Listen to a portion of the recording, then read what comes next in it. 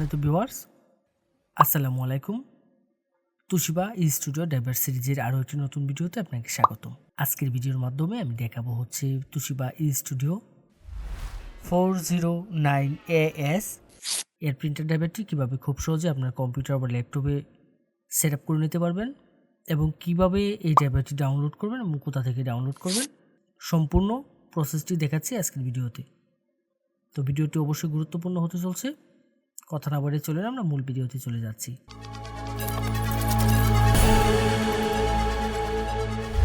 প্রথমে আমরা যে কাজটি করব, আমরা এই ড্রাইভারটি ডাউনলোড করে নেব। ডাউনলোড করার জন্য আমি চলে যাব যে কোনো একটি ব্রাউজারের সার্চ বারে গিয়ে সার্চ করব হচ্ছে softwareshopbd.com। অবশ্য আমি ভিডিও ডেসক্রিপশনে ওয়েবসাইটের লিঙ্কটি দিয়ে দেব। softwareshopbd.com লিখে সার্চ করলে ঠিক এরকম একটা ইন্টারফেস আসবে এবং এখান থেকে আমি যে কাজটি করব, আমার কাঙ্ক্ষিত মডেলের যে ড্রাইভারটি রয়েছে সেটি আমি এখান থেকে ডাউনলোড করব। দেন এই সার্চ বারে চলে যাব, এখানে গিয়ে জাস্ট আমাদের যে কাঙ্ক্ষিত মডেলটি সেই মডেলটি এখানে সার্চ করব।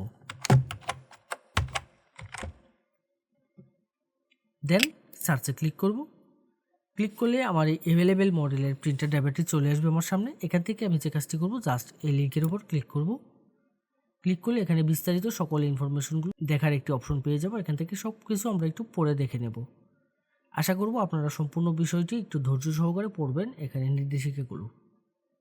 দেন এখানে ডাউনলোডের জন্য দুটি লিঙ্ক পেয়ে যাবেন, যে কোনো একটি লিঙ্কের উপর ক্লিক করব। ক্লিক করলে ঠিক এরকম ইন্টারফেস আসবে আপনার সামনে। এখানে গুগল ড্রাইভে নিয়ে যাবে এবং দেন দুটি ফাইল একসাথে মাউস ড্র্যাগ করে সিলেক্ট করে ডাউনলোড করে নেব। এখানে একটি ফাইল পেয়ে যাবো হচ্ছে পাসওয়ার্ড আর একটি হচ্ছে ড্রাইভার।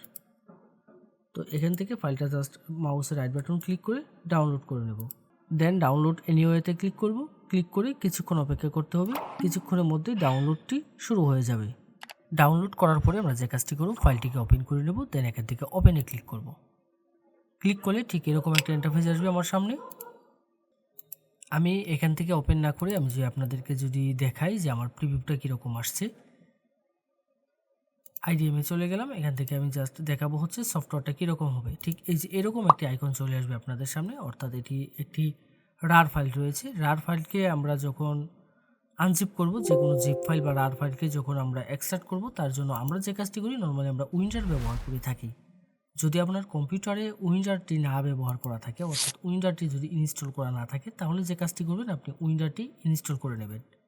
এর জন্য ভিডিও ডেসক্রিপশন এবং আই বাটনে উইন্ডারের লিঙ্ক দিয়ে দেবো, আপনারা ওইখান থেকে গিয়ে জাস্ট উইন্ডারটি ইনস্টল করে নেবেন। দেন যে কাজটি করব, আমরা ফাইলটাকে ওপেন করব। উইন্ডারে যখন ফাইলটা ওপেন করব, ঠিক এরকম একটা ইন্টারফেস আসবে। এখান থেকে ক্লোজ করে দেবো। যাওয়ার পর ইন্টারফেসটা দেখতে ঠিক এরকম হবে। এখানে একটি ফাইল পেয়ে যাব হচ্ছে ড্রাইভার। এই ড্রাইভারে ক্লিক করব। ক্লিক করলে এখানে জাস্ট আমি ড্রাইভারটা পেয়ে যাব। তো এখানে আমার পাসওয়ার্ডটা দিতে হবে। আমি যেহেতু শুধু ড্রাইভারটা ডাউনলোড করছি, আমি এখানে পাসওয়ার্ডটি ডাউনলোড করে নেই। তো এখানে আপনারা যে কাজটি করবেন, আপনারা জাস্ট এই ডাউনলোড অপশনে গিয়ে এখান থেকে পাসওয়ার্ডটি ডাউনলোড করে নেবেন। তো দেন এখানে এই মডেলের যে ড্রাইভারটি রয়েছে, সেই ড্রাইভারে এখানে পাসওয়ার্ডটি আমি দিয়ে দিব। পাসওয়ার্ড দেওয়ার ক্ষেত্রে এখানে একটি অপশন পেয়ে যাবেন, এটি হচ্ছে শো পাসওয়ার্ড। এখানে যদি টিক মার্ক দেওয়া থাকে, তাহলে আমি এখানে কিবোর্ড থেকে যে পাসওয়ার্ডগুলো টাইপ করব সেগুলো এখানে শো করবে। আর যদি আমি এখান থেকে টিক মার্কটি যদি উঠিয়ে দিই, তাহলে এখানে কোনো পাসওয়ার্ড শো করবে না। এখানে পাসওয়ার্ডটা টাইপ করে দেবো। দেওয়ার পরে দেন ওকেতে ক্লিক করব। ওকেতে ক্লিক করব। ক্লিক করলে ঠিক এরকম একটি অ্যালার্ট আসবে। এখান থেকে যে কাজটি করতে হবে, এখান থেকে আমি ইএসের উপর ক্লিক করব। দেন সফটওয়্যারটা এক্সট্রাক্ট হওয়া শুরু করবে এবং এক্সট্রাক্ট হওয়ার জন্য কিছুক্ষণ সময় নেবে। কিছুক্ষণ আমি অপেক্ষা করব। কিছুক্ষণ পরে ঠিক এরকম একটা ইন্টারফেস আসবে। এখান থেকে আমি যে কাজটি করব, I agree to the terms of the licence agreement, এখানে ক্লিক করব। নেক্সটে ক্লিক করব। নেক্সটে ক্লিক করার পরে ঠিক এরকম একটা ইন্টারফেস আসবে। এখানে অনেকগুলো অপশন পেয়ে যাব। চলে আসবে হচ্ছে recommended, printer driver, scanner utility, fax driver, custom install. তো এখানে আসার পরে আমি যে কাজটি করব, রিকমেন্ডেডে ক্লিক করব। ক্লিক করলে ঠিক এরকম একটা ইন্টারফেস আসবে আপনাদের সামনে। এখান থেকে নেটওয়ার্ক লোকাল পোর্ট এবং আরেকটি অপশন পেয়ে যাব হচ্ছে ইউএসবি পোর্ট। তো এখান থেকে যদি কেউ নেটওয়ার্কে কানেকশন করতে চান, তাহলে নেটওয়ার্ক লোকাল পোর্ট সিলেক্ট করে দেবেন। আর যদি ইউএসবি কানেক্ট করতে চান, অর্থাৎ ড্রাইভারটি যদি ইউএসবি কানেকশনের মাধ্যমে কম্পিউটারে বা ল্যাপটপে সেট আপ করতে চান, তাহলে এখান থেকে ইউএসবি পোর্টটা সিলেক্ট করে দেব। তো আমি এখান থেকে ইউএসবি পোর্ট সিলেক্ট করব, সিলেক্ট করে দেন ইনস্টলে ক্লিক করব।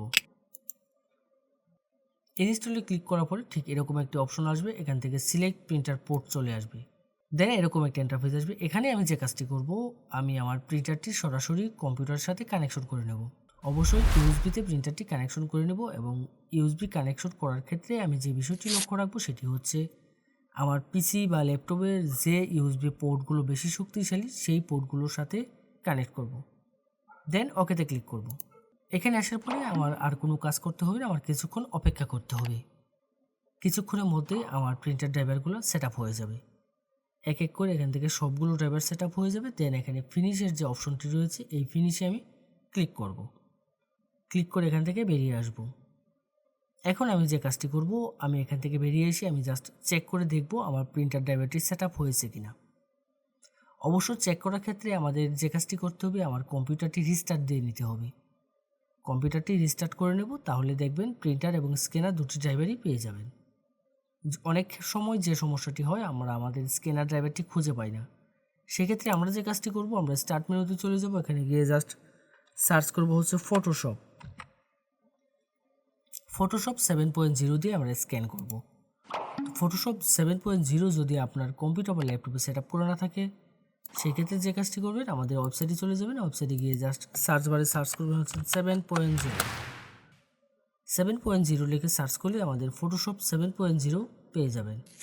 যে কোনো মডেলের প্রিন্টার ড্রাইভার এবং আপনার প্রয়োজনীয় সকল সফটওয়্যার পাবেন আমাদের ওয়েবসাইটে। যদি আমাদের ওয়েবসাইটে কোনো সফটওয়্যার বা ড্রাইভার আপনি খুঁজে না পান, তাহলে অবশ্যই আমাদের হোয়াটসঅ্যাপে যোগাযোগ করবেন। আমাদের প্রত্যেকটা পোস্টের মধ্যে আমাদের হোয়াটসঅ্যাপ নম্বর দেওয়া থাকবে। এই ছিল আজকের মতো। এরকম গুরুত্বপূর্ণ টেক টিউটোরিয়ালের জন্য অবশ্যই আমাদের চ্যানেলটি সাবস্ক্রাইব করে রাখতে ভুলবেন না। দেখা হবে নতুন কোনো ভিডিওতে।